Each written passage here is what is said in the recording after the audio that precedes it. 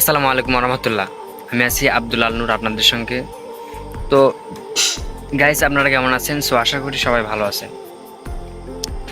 তো আজকে বিষয় হলো, অনেকে বলে যে দেশে শান্তি নেই, আবার অনেকে বলছে শান্তি আছে।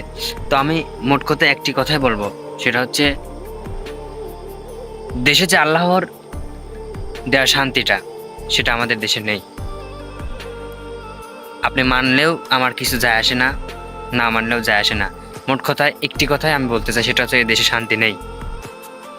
কোরআনের যা দেওয়া যে বিধান, 100%-এর যে বিধানগুলোর যে কাজে লাগিয়ে দেশে শান্তি আনা যেত, সে শান্তিটা আমাদের দেশে নেই। তো এটা আমি বলতেই পারি, কারণগুলো আমি আপনাদের শেয়ার করছি। আজকে দেখেন, দেশের আনাচে কানাচে অনেক জায়গায় অনেক জায়গায় আপনি দেখতে পারবেন যে মানুষ আজ ধর্ষিতর মুখে, রাস্তায় চলাচল সঠিকভাবে করতে পারছে না কেউ। আজ দেশে অকাল মৃত্যু, যেটাকে বলে হঠাৎ করে মৃত্যু, সেটার সংখ্যা আজ আমি বলতে পারি সেটা বেড়ে গেছে। আজ দেশে শান্তি নেই। দেশে চাউলের অভাব, যেটা দামে বাড়ছে, দেশে তেলের দামটা বাড়ছে, দেশে খাদ্য আমদানি থেকে শুরু করে অনেক কিছুর দাম আজ আমি বলবো যতটুকু বেড়েছে, ভবিষ্যতে আর কি হবে, আর মধ্যবিত্ত কি খাবে, আর গরিব মানুষ এটা নিয়ে কি পদক্ষেপ নিয়ে বেঁচে থাকবে, আমার ব্রেনে আসে না ভাই। তো আপনি কিভাবে বলতে চান আমাদের এই দেশটা শান্তিতে আছে? তো ভাই, বিবেচনা করে বিষয়টা আপনি দেখবেন, এ দেশ মোটেও শান্তিতে নেই। এর একটি মাত্র কারণ, সেটা হচ্ছে যে আল্লাহর দেওয়া যে কোরআনের আইনটা এ দেশে চালু নেই। এ দেশে চালু নেই। আজকে আপনি দেখছেন, ঠিকই শুনছেন, ঠিকই বোঝার চেষ্টা করছেন, কিন্তু কোনো পদক্ষেপ নিচ্ছেন না। আপনার দ্বারা যে একটি কোরআনের সঠিক একটা বিধান চালু হবে, সেটা আপনার মধ্যে আছে ঠিকই, কিন্তু সে পদক্ষেপটা নিচ্ছেন না।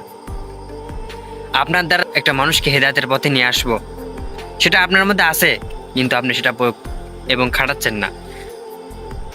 আর যেটা বলবো, আপনি কি করবেন ভাই?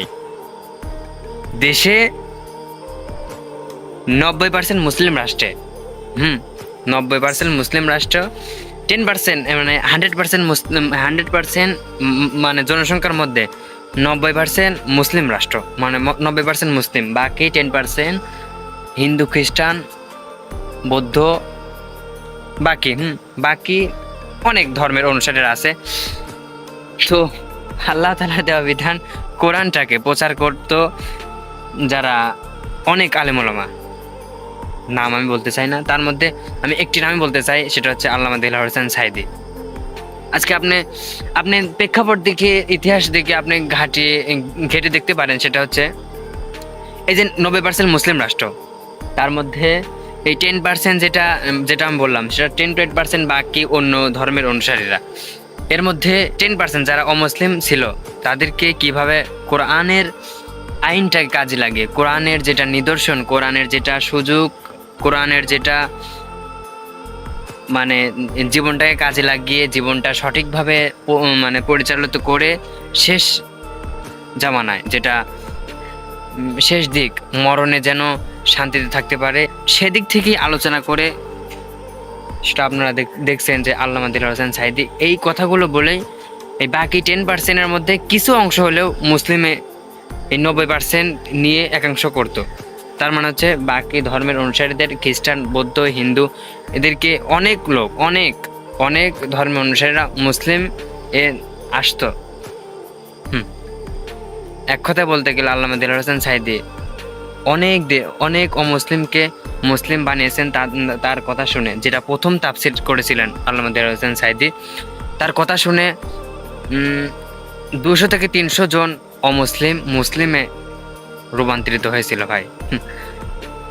আপনি এখন আপনার ব্রেনটাকে এখন কাজে লাগাবেন, যে বাকি 300% আপনি কি ভেবে দেখেছেন একবার 300% অমুসলিমরা মুসলিমে এসেছে? তার মানে আপনি বুঝতে পারছেন যে বিষয়টা কি। আপনার দ্বারা একজন মুসলিমই ভালো হলো না, একজন মুসলিম সেটাতে নামাজ কালামের দিক থেকে, নামাজ আদায় করার দিক থেকে যদি সঠিকভাবে মুসলিম আপনার দ্বারা, সে তার আজও একটা উপকার হলো না। আর একজন অমুসলিম, মানে 300 জন অমুসলিম মুসলিম রূপান্তরিত হয়েছে আল্লামা দিল হোসেন সাঈদীর কথা শুনে। তো আমি আজ একটা কথাই বলতে চাই, এতক্ষণ যতক্ষণ বললাম এর মধ্যে আমি বললাম যে আপনার ক্ষমতা আছে ঠিকই, আপনি দেখছেনও ঠিকই, শুনছেনও ঠিকই, আপনি বোঝার চেষ্টা করছেন ঠিক, কিন্তু আপনার দ্বারা যে তাদের যে একটা সুবিধা আসবে, তারা যে শান্তিতে থাকবে, সেটা আপনার দ্বারা হচ্ছে না। কারণ আজ দেশে 90% মুসলিম রাষ্ট্রে কোরআনের কথা বলে, কোরআনের হক কথা বলে অনেক আলেম আজ জেলখানার মধ্যে পচে মরছে। জেলখানার মধ্যে একটি আবদ্ধ ঘরে তারা জীবনযাপন করছে ভাই। তো সেদিক থেকে আপনার উচিত ছিল এই দেশের 90% মুসলিম রাষ্ট্রে 90% মুসলিমদের একটা উচিত ছিল যে এর পদক্ষেপ নেওয়া। তো আপনার দ্বারা সেটা হচ্ছে না। আপনি কোনোদিন এটা কল্পনাতেও আসে নাই আপনার যে আমার দ্বারা একজন আলেম, আমার দ্বারা একজন কোরআনের পাখি কিভাবে শান্তিতে থাকবে। আমার দ্বারা, আমার একটি কাজের বিনিময়ে যদি একটা কোরআনের পাখি যদি শান্তিতে থাকতো। একটা কথাই বোঝাতে চাচ্ছি, সেটা হচ্ছে কোরআনের পাখির আজ কোরআনের কথা বলে মোটেও শান্তিতে নেই। আর আপনি কোনোদিন এটা কল্পনাতেও আসে নাই আপনার যে আমার দ্বারা একজন আলেম, আমার দ্বারা একজন কোরআনের পাখি কিভাবে শান্তিতে থাকবে। আমার দ্বারা, আমার একটি কাজের বিনিময়ে যদি একটা কোরআনের পাখি যদি শান্তিতে থাকতো।